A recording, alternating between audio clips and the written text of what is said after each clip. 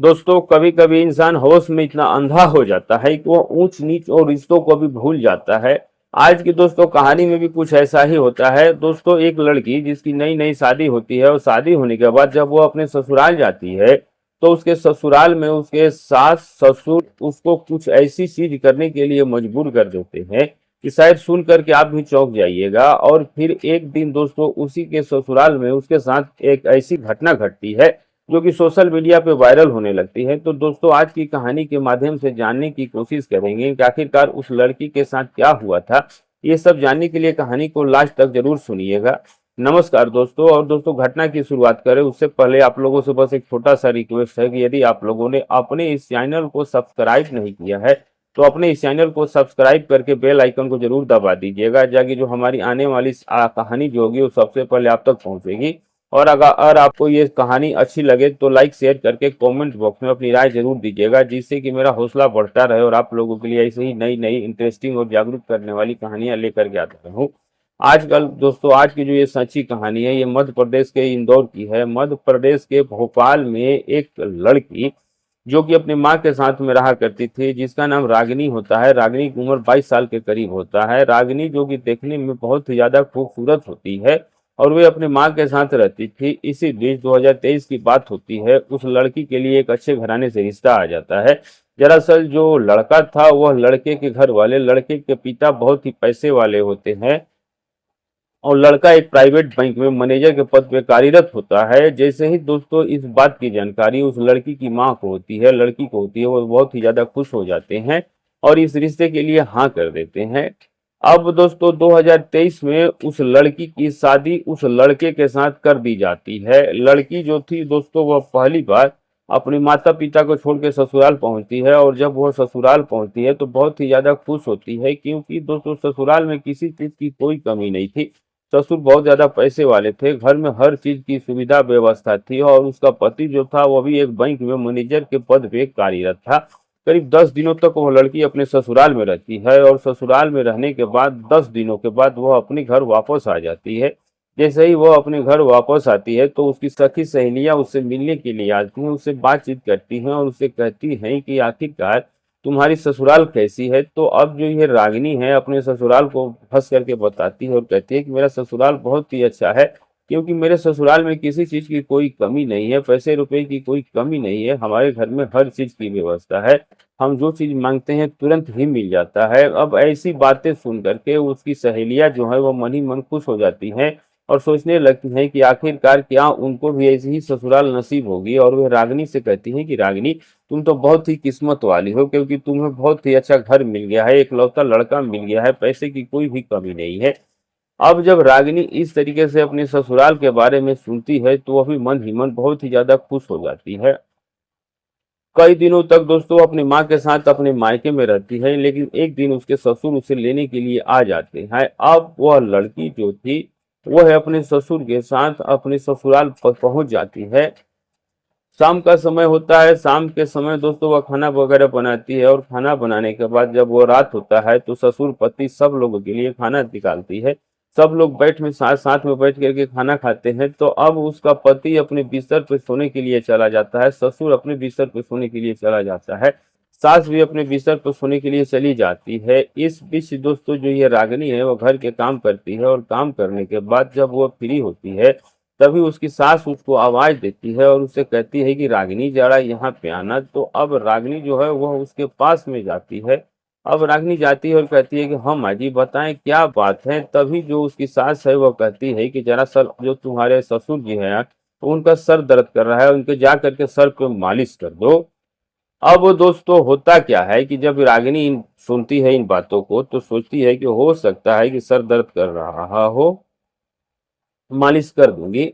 तो अब दोस्तों होता यह है कि इतनी बात दोस्तों जैसे ही रागिनी सुनती है तो वो सोचने लगती है कि आखिरकार उसकी सास क्या बोल रही है, वो अपने ससुर के सामने कैसे जाए और कैसे उनके सर का मालिश करे। वो बोलती है माँ मुझसे ये नहीं हो पाएगा, दरअसल मुझसे अपने ससुर का सर मैं मालिश नहीं कर सकती हूँ। अब जैसे ही दोस्तों इतनी बात उसकी सास सुनती है तो वह नाराज होने लगती है और कहती है कि आखिरकार तुम ये कैसी बात कर रही हो, वो तुम्हारे ससुर हैं और तुम्हारा फर्ज है उनकी सेवा करना। रागिनी बार बार मना करती है, लेकिन जब उसकी सास नाराज होने लगती है तो रागिनी तेल लेती है और अपने ससुर के कमरे में पहुंच जाती है, जहां पर उसके ससुर लेटे हुए थे। रागिनी जाती है और तेल लगा कर उनके सर की मालिश करने लगती है। लेकिन दोस्तों 1 घंटे तक वो उनके सर की मालिश करती है और उसके बाद वह अपने बिस्तर पे आकर के अपने पति के पास जाती है और अपने पति के पास जा करके अपने पति से कहती है कि आज मुझे कुछ अच्छा नहीं लगा। उसका पति कहता है कि क्या है, तो माँ कहती है कि ससुर के सर पे जाकर तेल लगाओ, जो मुझे बड़ा अजीब सा लगा।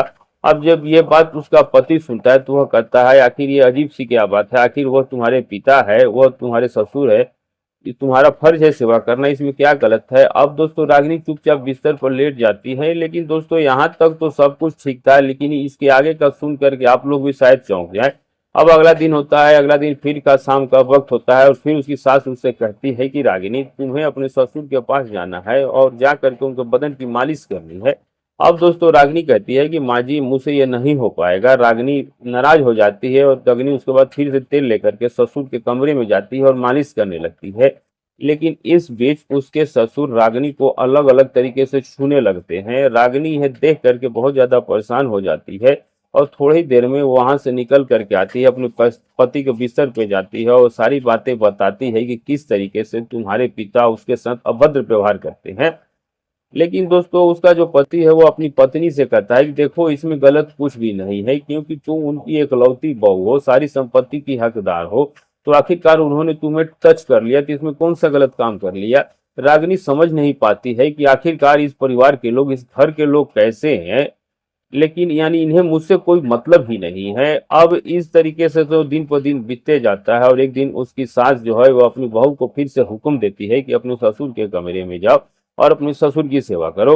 रागिनी फिर से दोस्तों अपने ससुर के कमरे में पहुंचती है और अपने ससुर के पैर दबाने लगती है। लेकिन इस बीच जो उसके ससुर हैं वह उसके कपड़ों को पकड़ करके खींचने लगते हैं, उसके कपड़ों को खोलने लगते हैं। रागिनी कहती है कि आखिरकार आप ये क्या कर रहे हो, तब वह कहते हैं कि मैं वही कर रहा हूँ जो एक पुरुष करता है। रागिनी बार बार अपने ससुर को समझाने की कोशिश करती है, लेकिन वो व्यक्ति हवस में इतना अंधा हो चुका था कि वो अपनी बहू की बातों को नहीं सुनता है और वह उसी समय अपने बहू के साथ शारीरिक संबंध बनाने लगता है, जबकि रागिनी बार बार इस चीज को मना करती है।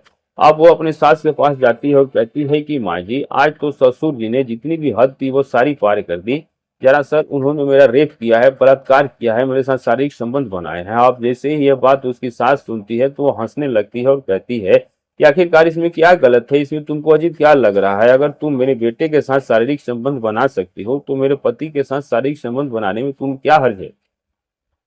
अब रागिनी समझ जाती है कि आखिरकार इसकी सास सुनने वाली नहीं है, तो वह तुरंत अपने पति के पास जाती है और कहती है कि देखो आज तो हद हो गई है, तुम्हारे पिताजी हैं, उन्होंने जितनी भी सीमाएं थी वो सारी सीमाएं लांघ चुके हैं और आज उन्होंने मेरे साथ में रेप किया है, शारीरिक संबंध बनाए हैं। अब जैसे ही ये बात उसका पति सुनता है तो वह भी कहता है कि आखिरकार इसमें क्या गलत है रागिनी, तुम समझ नहीं रही हो कि तुम इस घर की मालकिन हो, इस घर की जितनी संपत्ति है वो तुम्हारी है, और फिर अगर उन्होंने तुम्हारे साथ शारीरिक संबंध बना लिया तो कौन सा गलत कर दिया, कौन सा पहाड़ टूट गया है, कौन सा आखिर तुम्हारा कुछ खराब हो गया है, कौन सा तुम्हें प्रॉब्लम हो गई है। रागिनी दोस्तों अपनी पति की इन बातों को सुन के चौंक जाती है और वो चुपचाप जाके अपने बिस्तर पर लेट जाती है और सोचती है कि आखिरकार वो करे तो क्या करे। अब समय ऐसे ही धीरे धीरे करके बीतता रहता है और रागिनी के साथ हर दिन उस घर के अंदर यही होता था।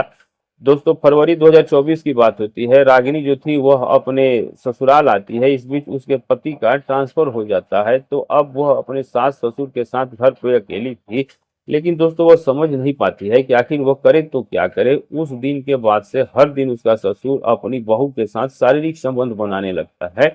अप्रैल 2024 की बात होती है। एक दिन जो यह रागिनी होती है उसके पेट में अचानक से दर्द होता है, तो अब वह दवा लेने के लिए अस्पताल जाती है। लेकिन जैसे ही हॉस्पिटल पहुंचती है और जब डॉक्टर चेकअप करते हैं तो कहते हैं कि दरअसल तुम्हारे पेट में तो बच्चा पल रहा है। जैसे ही यह बात रागिनी सुनती है तो वह समझ जाती है कि आखिरकार ये बच्चा किसका है। वह घर आती है और घर आकर के अपने सासू से कहती है कि माँ मैं तो प्रेग्नेंट हो चुकी हूँ। अब जैसे ही यह बात उसकी सास सुनती है तो कहती है कि इस बच्चे को तुम गिरा दो, क्योंकि इस बच्चे की मुझे कोई आवश्यकता नहीं है।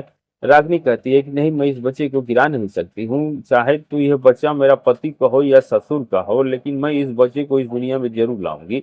अब जैसे ही यह बात उसकी सास सुनती है तो वह नाराज होने लगती है और हद तो तब हो जाती है जब एक दिन दोपहर का वक्त होता है और जो ये रागिनी का ससुर है यह रागिनी के साथ में शारीरिक संबंध बनाने लगता है और उसकी सास जो है वो बैठ करके देख रही होती है और साथ ही साथ हंस रही होती है, मोबाइल पे वीडियो बना रही होती है। अब उसका ससुर जो है उसके साथ में शारीरिक संबंध बनाता है। रागिनी समझ चुकी थी कि इसका इस घर में कोई भी नहीं है, तो अब उसकी बातें उसकी सास को परेशान करने लगती है और कहती है कि चलो पहले अस्पताल चलते हैं, बच्चे को गिरा देते हैं। लेकिन रागिनी कहती है कि नहीं, मैं इस बच्चे को नहीं गिराऊंगी। तभी उसकी सास जो है वह गर्म काढ़ा बना करके रागिनी को पीने के लिए देने लगती है, लेकिन रागिनी उस गर्म काढ़े को नहीं पीती है। 2 से 3 दिन का समय बीतता है तो अचानक से जो उसकी माँ है रागिनी की, वो उसे लेने के लिए आ जाती है।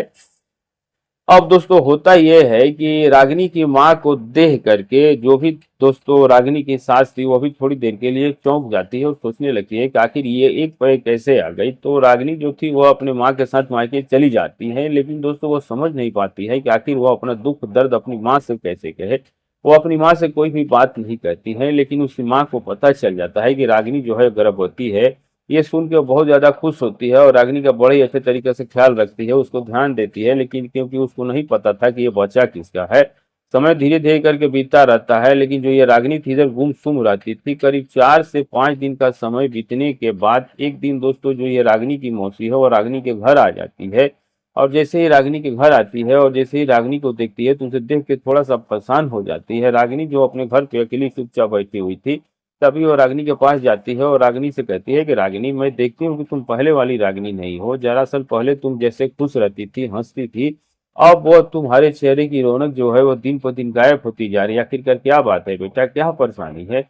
अब जैसे ही ये बात रागिनी सुनती है तो उसके मन का जो क्रोध था वो रुकता नहीं है और वह अपनी मौसी को पकड़ करके जोर जोर से रोने लगती है। तभी उसकी मौसी बोलती है कि बेटा सच सच बताओ, आखिर तुम्हारे साथ हुआ क्या है? तो रागिनी रोते हुए अपनी मौसी को पूरी कहानी बताती है और वो कहती है कि दरअसल जो उसके ससुराल में जो उसका सास है, उसके पति है और जो उसका ससुर है, वो तीनों ही एक के जैसे हैं। और वह दोनों, उसका पति और उसका ससुर और जो उसका सास है, वह उसको मजबूर करते हैं उसके सास के ससुर के साथ शारीरिक संबंध बनाने का। जो यह बच्चा है पेट में पल रहा है वो उसके पति का नहीं बल्कि ससुर का है। जैसे ही ये बात मौसी सुनती है तो वह चौंक जाती है, परेशान होने लगती है कि आखिरकार कोई व्यक्ति ऐसा कैसे कर सकता है कि अपने ही पत्नी का संबंध अपने पिता के साथ बनाने के लिए मजबूर करता हो। अब उसकी मौसी रागिनी को लेकर सीधा पुलिस स्टेशन जाती है और जा करके दोस्तों एक 0 FIR दर्ज करवा देती है। 0 FIR का मतलब होता है कि इसमें किसी भी व्यक्ति का नाम ओपन नहीं किया जाता है।